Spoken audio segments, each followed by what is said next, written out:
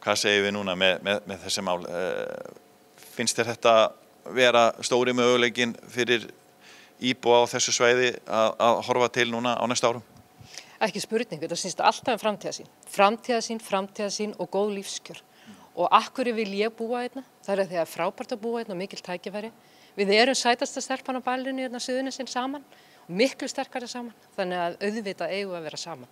En þá ég búin að gefa mig svar. En af hverju erum við með þetta frábæru fræðslumiðstöð Keili með okkur í þessu? Vegna þess að það þarf að sjá þessar upplýsingar, sjá þessi gögn, sjá þessar staðreyndir til þess bara hreinlega að vera vissum að við séum á réttri leið.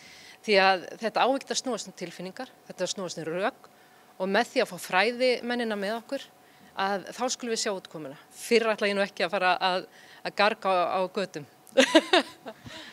Þú ert nú Njarðvíkingur og þú getur nú kannski aðeins rifjað upp að það var ansi mikið fjör þegar það var sveitarfélögin Keflavík, Njarðvík og Hafnir voru saminuð 1994 og það voru ekkert allir Njarðvíkingar sáttið þá.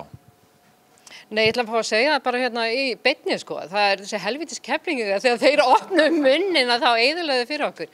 Vegna þess að við vorum alltof mikið í tilfinningum og það var bara ég Keflvíkingur, ég Njarðvíkingur. Auðvitað snýst þetta tilfinningar og við Njarðvíkingar erum Njarðvíkingar og við erum ennþá Njarðvíkingar og ég ennþá kolvitlaus á körfuboltaleikjum bara sem Njarðvíkingur, þrátt fyrir að Reykjanesbær sé sameiginlegur. En þegar þú horfir núna tilbaka, heldur að þetta hafi verið gæfuspor á sínum tíma?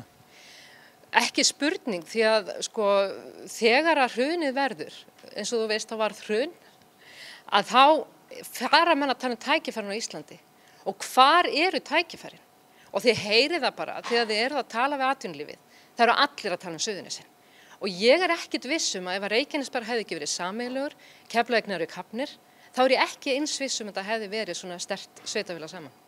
Nei, sterkt sveitafélag. Og líst þér vel á þetta nafn sem þið hefði verið að leggja ykkur með?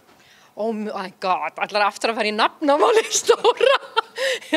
Jú, við skulum alveg, bara það sé ekki að við förum ekki að kalla okkur Grindavík eða Keflavík, þá ég sátt.